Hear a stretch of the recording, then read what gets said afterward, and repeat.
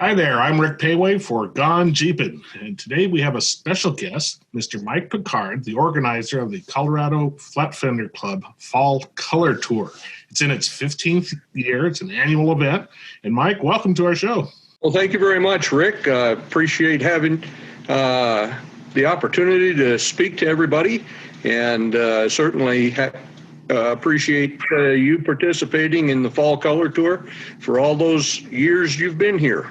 Yeah, it's a great event. I really enjoy doing it. Why don't you tell us what the Fall Color Tour is and where it's held? Okay, the Fall Color Tour is an event that is oriented around the old flat fender Willys and Ford Jeeps from World War II through post-war years, Korean War vintage, and just past Korean War into the mid-50s. It's an event that not only allows you to show your Jeep to other old Jeep owners, but to actually use your Jeep on four-wheel drive trails in the mountains, through the forests, through the streams, with other Jeep owners to just go out and enjoy them.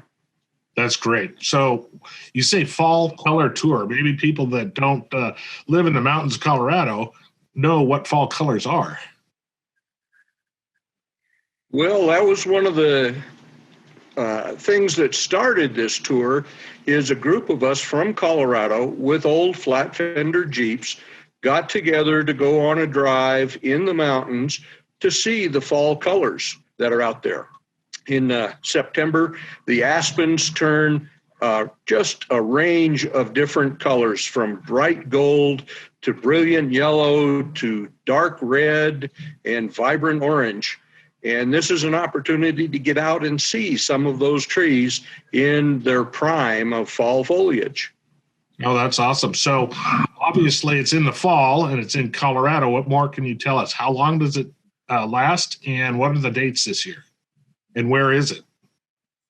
Well, it's always in September, usually about the third week. This year for 2021, it's going to be from 19 through 25 September. We run it a week long. We'll have an orientation on Sunday, and then Monday through Friday, we offer 2 tours a day in the mountains in south central Colorado. That's great. Our base 6 days of operation. It is. Our base of operations is out of a little town called Nathrop, Colorado, which is where I live. And it's halfway between Salida and Buena Vista. Beautiful valley surrounded by 14,000-foot mountains. Wow, that's pretty good. So since it's a Flat Fender Club event, what vehicles can attend the Fall Color Tour? Well, like I said, it's oriented for flat fenders. There are some exceptions.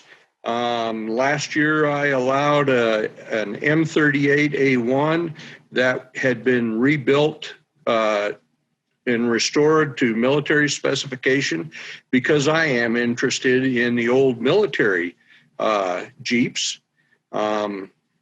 This year, we've already had an individual with a Mitsubishi vehicle that looks like a 3B put in his registration. So there are exceptions to it. We've had some odd vehicles over the past. We've had a GPA, which is the amphibious World War II Jeep. We've had a Russian 3-wheeled motorcycle join us. So we've had Mighty Mites join us. So by exception, there are other vehicles. If they're interesting, join us. But by and large, we're oriented to the MBs, GPWs, CJ2As, CJ3s, M38s, CJ3Bs, and that's pretty much where we focus. Oh, that sounds great. How many folks staff your event? It surely isn't just you. No, it's not me, and thankfully so. I've got two other individuals that work as guides with me. So we have three trail guides, myself and two others. And then I've got a couple of other people that help with administrative details, registrations, coffee setup, organization. Right. Well, that is a lot of stuff that you have to take care of. But speaking of the big event and the trails themselves, give us an idea of how many trails you run a day and the elevations that they go to, and how difficult are they? Okay. We typically run 2 trails a day. So we'll have 2 different guides going in 2 different directions. And these are all day trails. So we leave at 9 in the morning and we won't get back until mid-afternoon sometime. The trails vary in difficulty from an easy country ride down a county gravel road to all day in 4-wheel low range first or second gear, climbing rocks and things like that. Some of the trails have a fairly high risk of potentially damaging your vehicle if you're not paying attention. Sure. But most of the trails that we drive, can easily be driven with a stock flat fender Jeep without damage beyond just getting dirty. That's part of the deal. So do you really need a modified Jeep to take part in the event? You can do a bone stock flatty, right? Yes. In fact, we have quite a few bone stock flatties that do come out. They look like they ought to be museum pieces, and some of them have been. They're beautiful. They're well restored, and those people enjoy getting out on the trails and actually using the vehicle, not just showing it in a parking lot or at a car show. Yep, yeah, that's what the beauty of it. Now, what if your Jeep isn't licensed or street legal? Can it come anyway? That's going to be a problem because most of our trails require us to run on either county roads or state highways to get out to them. From a practical standpoint and from a legal standpoint, we want all vehicles to be licensed when they're out here. And I'm sure insured as well. Insurance is important, especially here in Colorado. And if you do get stopped for whatever reason, maybe going to the gas station or whatever, you do need to have insurance as well as registration.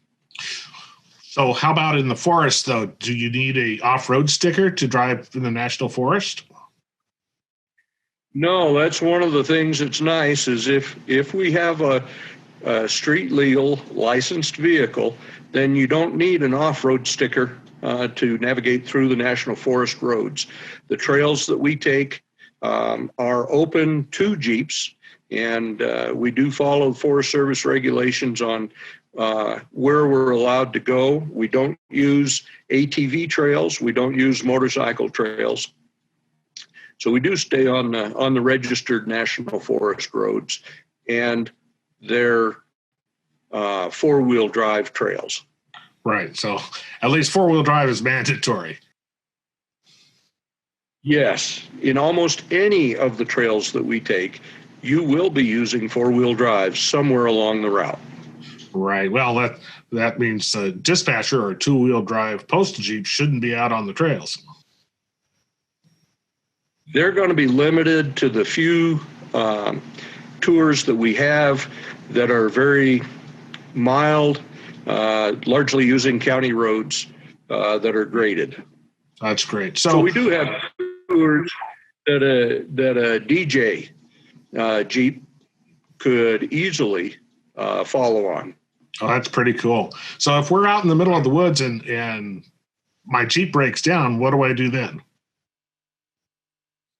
Well, we hope that everybody has some degree of self-sufficiency and has a few tools and a few spare parts with them. But that's one of the beauties of these tours is there's safety and help in numbers.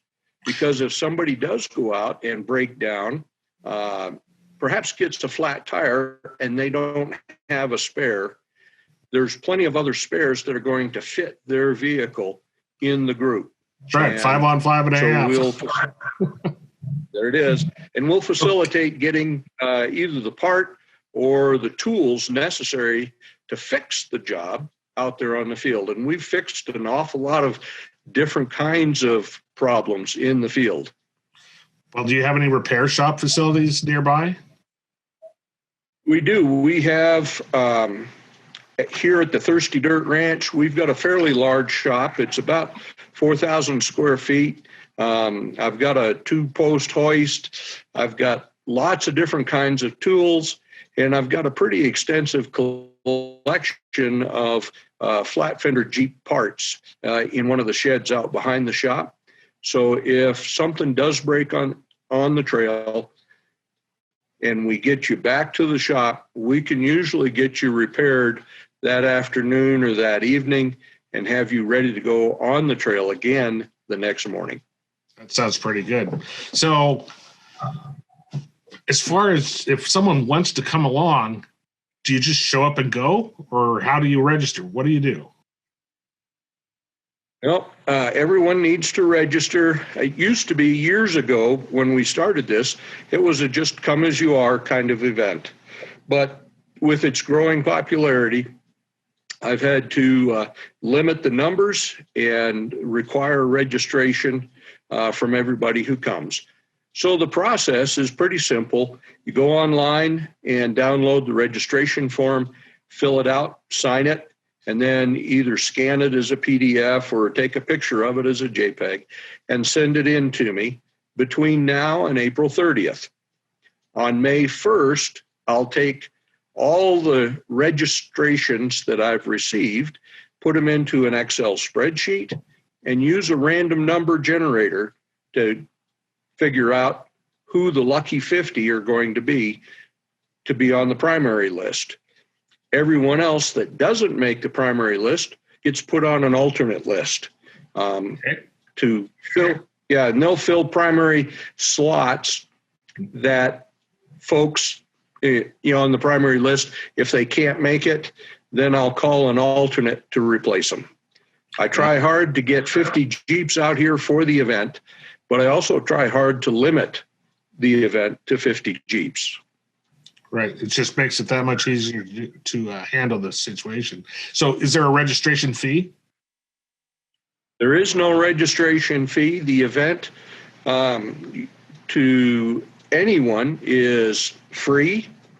Your expenses are going to be your food, your fuel, your travel, repair parts, if you need any. And so if you take good care of your Jeep and do good maintenance on it before you get out here, then the repair part, that's free too. Well, that's pretty good. And you can see that we're showing some of the highlights from the trip from the past few years. So people give an idea of the type of vehicles, type of trails, and the situation that you have to enjoy while you're out there. And it sure makes sense to have those limits, and the random generator probably takes a lot of the work out of trying to figure out who's going to be chosen. And love that alternate waiting list, because I've had to do that before. If you get 100 Jeeps wanting to go, they still want to go. That's right. And for folks that end up on the alternate list, I tell them keep the faith, because every year that I've done this, I have always ended up offering at least 10 different primary slots to alternates. Last year we had, I think, 18 primaries that dropped off the list for one reason or another, and I filled those with alternates. So, I'm sure. So, what about lodging and camping? That you're near Nathrop. I don't believe Nathrop has any place to camp or a hotel. Yes, Nathrop does have a campground. In fact, that's kind of in downtown Nathrop, right there on Chalk Creek. However, we offer it for free out here on the Thirsty Dirt Ranch. I've got 15 acres out here, a large pasture that I mow, and people are willing to come out and set up their RV or put up a tent out here on the property.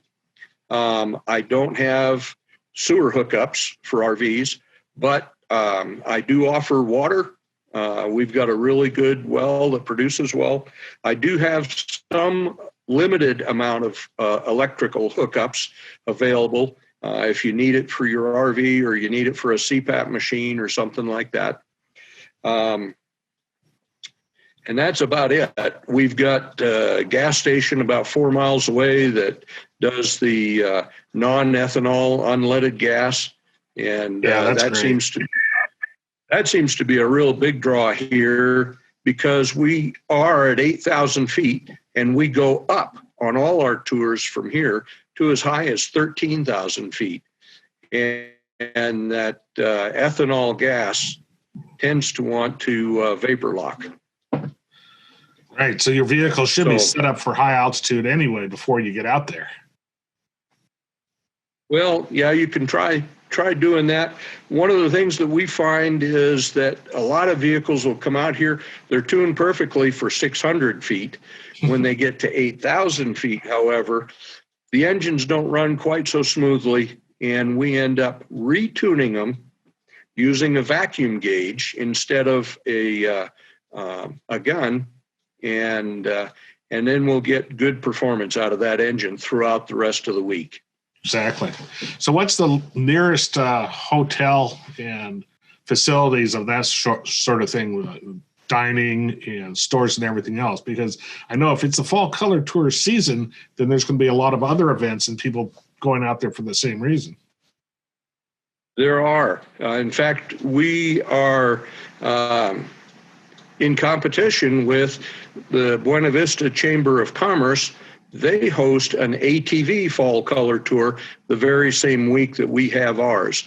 And so they have ATVers literally from around the world that come in and rent ATVs and ride many of the same roads and trails that we're going to be on up in the National Forest.